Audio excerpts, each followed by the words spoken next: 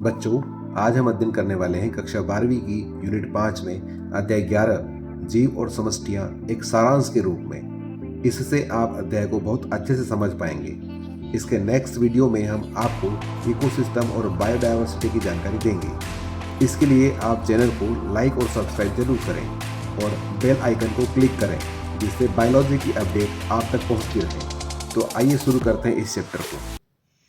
सबसे पहले देखते हैं जनसंख्या या समष्टि यानी कि पॉपुलेशन किसे कहते हैं बच्चों। किसी विशेष भौगोलिक क्षेत्र में एक विशेष प्रजाति के जीवों का एक ऐसा समूह जो आपस में प्रजनन करने में सक्षम होता है, उसको हम समष्टि कहते हैं। जैसे आप यह चित्र देख रहे हैं, इस चित्र में कई समष्टियां हैं, जैसे मानव की समष्टि, दूसरा नीम के पेड़ों की समष्टि, तीसरा पक्षियों में चिड़िया की समष्टि, चौथा गाय की समष्टि। इस प्रकार यहाँ पर कई समष्टियाँ मौजूद हैं। नेक्स्ट देखें समष्टि की प्रमुख विशेषता क्या है। तो जन्म दर, मृत्यु दर, लिंग अनुपात, आयु का वितरण, समष्टि घनत्व आदि समष्टि के प्रमुख गुण हैं। इनको एक एक करके देखें। सबसे पहले जन्म दर किसे कहते हैं। एक निश्चित समय में समष्टि में जन्म लेने वाले नए जीवों की औसत संख्या को जन्म दर, बर्थ रेट या नेटेलिटी कहते हैं। अगला देखें मृत्यु दर किसे कहते हैं। दी गई अवधि में समष्टि में मरने वाले जीवों की औसत संख्या को मृत्यु दर या डेथ रेट या मॉर्टेलिटी कहते हैं। लिंगानुपात क्या होता है या सेक्स रेशियो किसे कहते हैं बच्चों। किसी दिए गए क्षेत्र में प्रति 1000 पुरुषों पर महिलाओं की संख्या को लिंगानुपात कहते हैं। आयु वितरण या एज डिस्ट्रीब्यूशन देखें तो समष्टि में विभिन्न आयु वर्ग के जीव पाए जाते हैं, जिनको मुख्य रूप से 3 भागों में बांटा जाता है। जनन पूर्व, जननक्षम और पश्च जनन, यानी कि प्री रिप्रोडक्टिव, रिप्रोडक्टिव और पोस्ट रिप्रोडक्टिव। अगला देखें समष्टि घनत्व या पॉपुलेशन डेंसिटी किसे कहते हैं बच्चों। प्रति इकाई क्षेत्रफल या आयतन में जीवों की संख्या को समष्टि घनत्व या पॉपुलेशन डेंसिटी कहते हैं। आगे देखें समष्टि वृद्धि को प्रभावित करने वाले कारक कौन कौन से होते हैं। तो बच्चों समष्टि घनत्व को 4 कारक प्रमुखतः प्रभावित करते हैं। जन्म दर, मृत्यु दर, आप्रवासन और उत्प्रवासन। तो इसको एक चित्र की सहायता समझने का प्रयास करते हैं। यदि किसी समष्टि में जन्म दर बढ़ता है तो समष्टि घनत्व बढ़ेगा। इसी प्रकार मृत्यु दर बढ़ेगा तो समष्टि घनत्व घट जाएगा। इसी प्रकार आप्रवासन होता है, इमिग्रेशन होता है, तो इससे जनसंख्या घनत्व बढ़ जाएगा। और यदि उत्प्रवासन होता है, एमिग्रेशन होता है, तो जनसंख्या घनत्व घट जाएगा। इस प्रकार इस चित्र की सहायता से हम पॉपुलेशन डायनेमिक्स को आसानी से एक्सप्लेन कर सकते हैं। आगे देखें जनसांख्यिकी क्या है। तो मानव जनसंख्या का वैज्ञानिक और सांख्यिकी अध्ययन जनसांख्यिकी या डेमोग्राफी कहलाता है। जनसांख्यिकी के जनक कौन है। तो जनसांख्यिकी के जनक थॉमस माल्थस है। इन्होंने सर्वप्रथम जनसंख्या सिद्धांत प्रस्तुत किया था। आगे देखें जैविक समुदाय किसे कहते हैं, इसको उदाहरण सहित समझाइए। तो जैविक समुदाय आप एक चित्र की सहायता से बहुत अच्छे से समझ सकते हैं। देखिए किसी भी स्थान पर हम देखें तो कोई एक जाति का निवास नहीं होता है, वहाँ पर कई प्रकार की जातियाँ पाई जाती है। जैसे इस चित्र में देख रहे हैं आप, मानव की समष्टि है, पक्षियों की समष्टि है, पेड़ों की समष्टियाँ हैं, पशुओं की समष्टियाँ हैं। तो किसी एक क्षेत्र में विभिन्न प्रकार की समष्टियों को एक साथ हम जैविक समुदाय कहते हैं।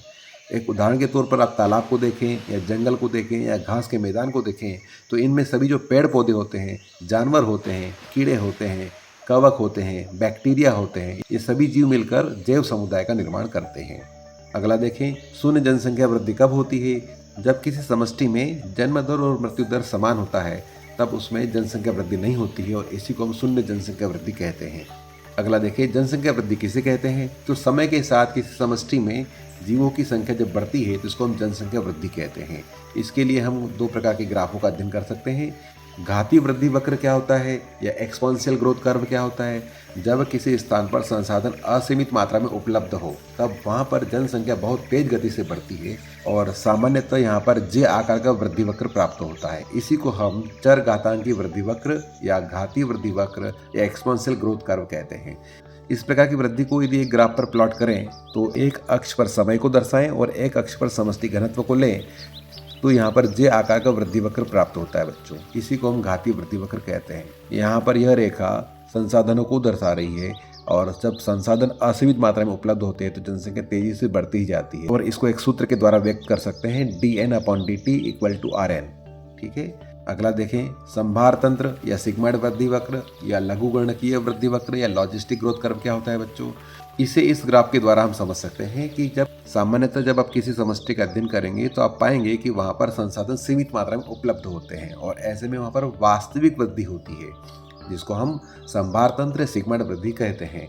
ठीक है, इसको सिग्माइड वृद्धि वक्र क्यों कहते हैं? क्योंकि गणितीय भाषा में इस आकार के वक्रों को या कर्व को सिग्माइड वक्र कहा जाता है। यहाँ पर हमने समय और समष्टि घनत्व को लेकर एक ग्राफ प्लॉट किया है, तो इस आकार का वृद्धि वक्र प्राप्त हुआ है, इसी को हम सिग्माइड वृद्धि वक्र कहते हैं। आगे देखें, मानव समष्टि में एक निश्चित समय अवधि में पूर्व प्रजननीय, प्रजननीय और पश्च प्रजननीय जीवों का प्रतिशत आरेख करने पर 3 प्रकार के ग्राफ प्राप्त हो सकते हैं बच्चों। तो यहाँ पर हम देख रहे हैं ग्राफ ए, ग्राफ बी और ग्राफ सी। आपको ध्यान यह रखना है, यहाँ पर जो येलो कलर का लाइन दिख रहा है आपको, यह पूर्व प्रजननीय यानी कि प्री रिप्रोडक्टिव को प्रदर्शित कर रहा है। यह जो लाइन है यह प्रजननीय यानी कि रिप्रोडक्टिव को प्रदर्शित कर रहा है, और यह जो ऊपर का ग्राफ दिख रहा है आपको, यह भाग पश्च प्रजननीय को प्रदर्शित कर रहा है। ग्राफ ए को अगर देखेंगे तो यदि पूर्व प्रजननीय जीवों की संख्या ज़्यादा होगी तो ये आगे चलकर प्रजननीय जीवों में बदल जाएंगे, और प्रजननीय जीव जो है वो जनसंख्या को तेजी से बढ़ाएंगे। इस प्रकार यह जो ग्राफ है बढ़ती जनसंख्या को प्रदर्शित कर रहा है। दूसरे ग्राफ बी को देखें तो यहाँ पर आप देखेंगे पूर्व प्रजननीय और प्रजननीय दोनों की संख्या समान दिख रही है, अतः यह जनसंख्या का ग्राफ स्थिर प्राप्त होगा। और तीसरे नंबर पर देखें कि यहाँ पर पूर्व प्रजननीय जीवों की संख्या घटती जा रही है, प्रजननीय जीव ज़्यादा थे, पूर्व प्रजननीय जीव कम है। इस प्रकार यहाँ पर घटती जनसंख्या को यह प्रदर्शित करेगा। आगे देखें, समष्टि या जनसंख्या में कौन कौन सी पारस्परिक क्रियाएं होती हैं? तो समष्टि या जनसंख्याओं में 2 प्रकार की पारस्परिक क्रियाएं होती हैं, सकारात्मक क्रियाएं और नकारात्मक क्रियाएं। सकारात्मक क्रियाएं या पॉजिटिव इंटरेक्शंस किसे कहेंगे? जब 2 जीव एक दूसरे के साथ रहते हैं तो दोनों को लाभ हो या दोनों में से किसी एक को लाभ हो, किंतु हानि किसी को नहीं होती है, तो इस प्रकार की क्रियाओं को सकारात्मक क्रियाएं या पॉजिटिव इंटरेक्शंस कहते हैं, जैसे सहोपकारिता, सहभोजिता, आद्य सहोपकारिता। दूसरा देखें, नकारात्मक क्रियाएं या नेगेटिव इंटरेक्शंस क्या हैं? तो जब 2 जीव एक दूसरे के साथ रहते हैं तो किसी एक को भी यदि हानि होती है तो इस प्रकार की क्रियाओं को नकारात्मक क्रियाएं या नेगेटिव इंटरेक्शंस कहते हैं, जैसे स्पर्धा, परजीविता आदि। अगला देखें, सहोपकारिता या सहजीविता क्या है? इसको उदाहरण से समझाइए। इसे मैंने एक चिन्ह के द्वारा प्रदर्शित किया है, डबल प्लस स्थायी। जब 2 जीवधारी एक दूसरे के साथ साथ रहते हैं और दोनों एक दूसरे को लाभ पहुंचाते हैं, हानि किसी को नहीं होती है, और स्थायी तौर पर एक दूसरे के साथ रहते हैं, तो इस प्रकार की घटना को सहोपकारिता या म्यूचुअलिज्म कहते हैं। इसके कई उदाहरण हैं, जैसे लाइकेन का नाम सुना होगा आपने। लाइकेन में कवक और शैवाल का सजीव संबंध होता है। दूसरा उदाहरण कवक मूल या माइकोराइजा है। इसमें कवक और पौधों की जड़ों के बीच में सहजीवी संबंध होता है। आगे देखें, अंगुलीमाल या सेक या लाइकेन किसे कहते हैं? तो जब शैवाल और कवक सहजीवी रूप से आपस में जुड़ जाते हैं तो इसको अपन लाइकेन या सेक या अंगुलीमाल कहते हैं।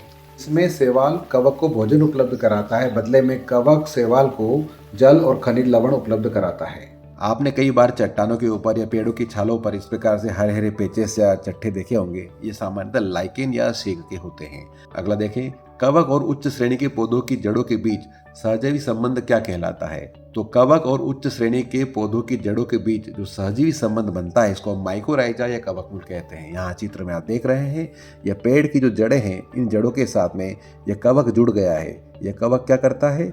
यह कवक मृदा से खनिजों को और जल को अवशोषित करके पौधे की जड़ों को उपलब्ध कराता है। इस प्रकार पौधा इसको भोजन उपलब्ध कराता है। दोनों एक दूसरे को लाभ पहुंचा रहे हैं, अतः यह एक प्रकार का सहजीवी संबंध है। आगे देखिए, सहभोजिता या कॉमनसेलिज्म क्या है? इसका उदाहरण क्या लिखेंगे? सहभोजिता या कॉमनसेलिज्म के लिए दूसरा चिन्ह बनाया गया है +0 स्थायी, अर्थात यहाँ पर 2 जीव स्थायी तौर पर एक दूसरे के साथ रहेंगे। एक को लाभ होगा, दूसरे को लाभ नहीं होगा, हानि भी नहीं होगी तो लाभ भी नहीं होगा। तो एक जीव को लाभ हो रहा है, दूसरे को हानि नहीं हो रही है, इसलिए यह भी धनात्मक अन्योन्य क्रिया का उदाहरण है।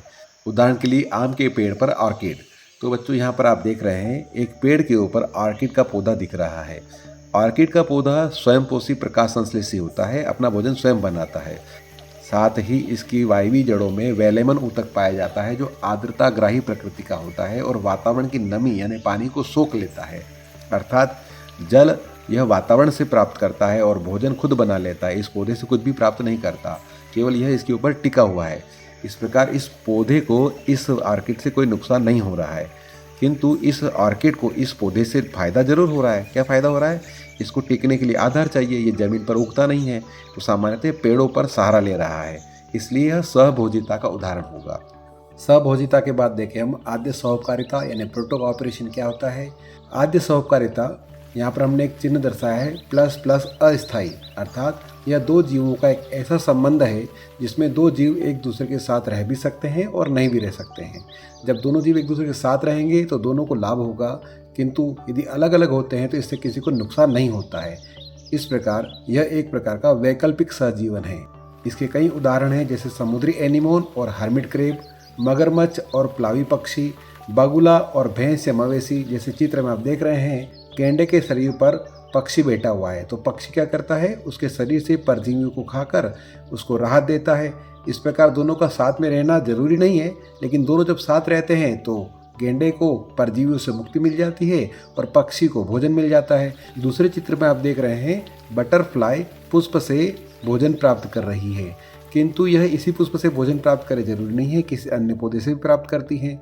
किंतु जब ये दोनों साथ होते हैं तो पुष्प को परागण क्रिया में लाभ हो जाता है और तितली को इससे भोजन उपलब्ध हो जाता है। इस प्रकार यह एक प्रकार का आद्य सहोपकारिता का उदाहरण है बच्चों।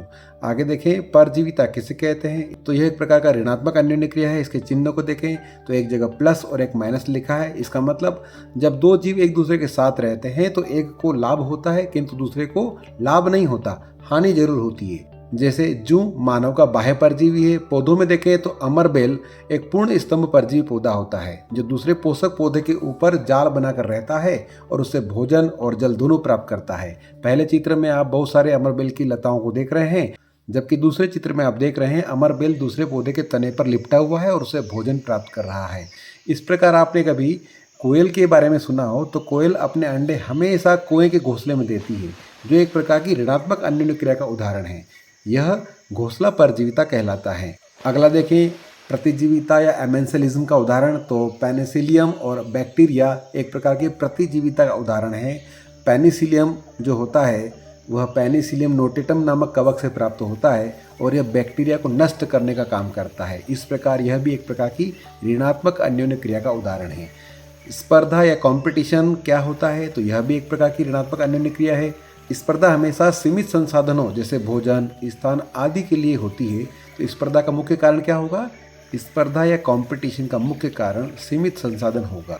अगला देखें, अंतरजातीय स्पर्धा या इंटर स्पेसिफिक कंपटीशन किसे कहते हैं, तो जब दो अलग अलग प्रजातियों के बीच संसाधनों के लिए संघर्ष होता है तो इस प्रकार के कंपटीशन को हम इंटर स्पेसिफिक कंपटीशन कहते हैं।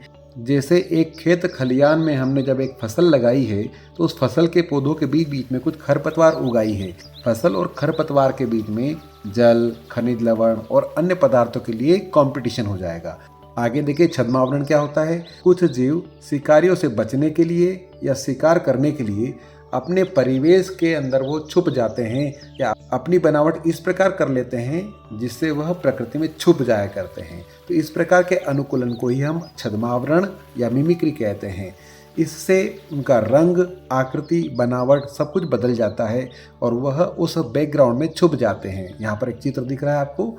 इस चित्र में आपको एक गिरगिट दिख रहा होगा जिसके अंदर उसका रंग बिल्कुल पत्तियों के सदृश हो गया है और उसको पहचान पाना आसान नहीं है। यह गिरगिट आसानी से कीटों का शिकार कर सकता है।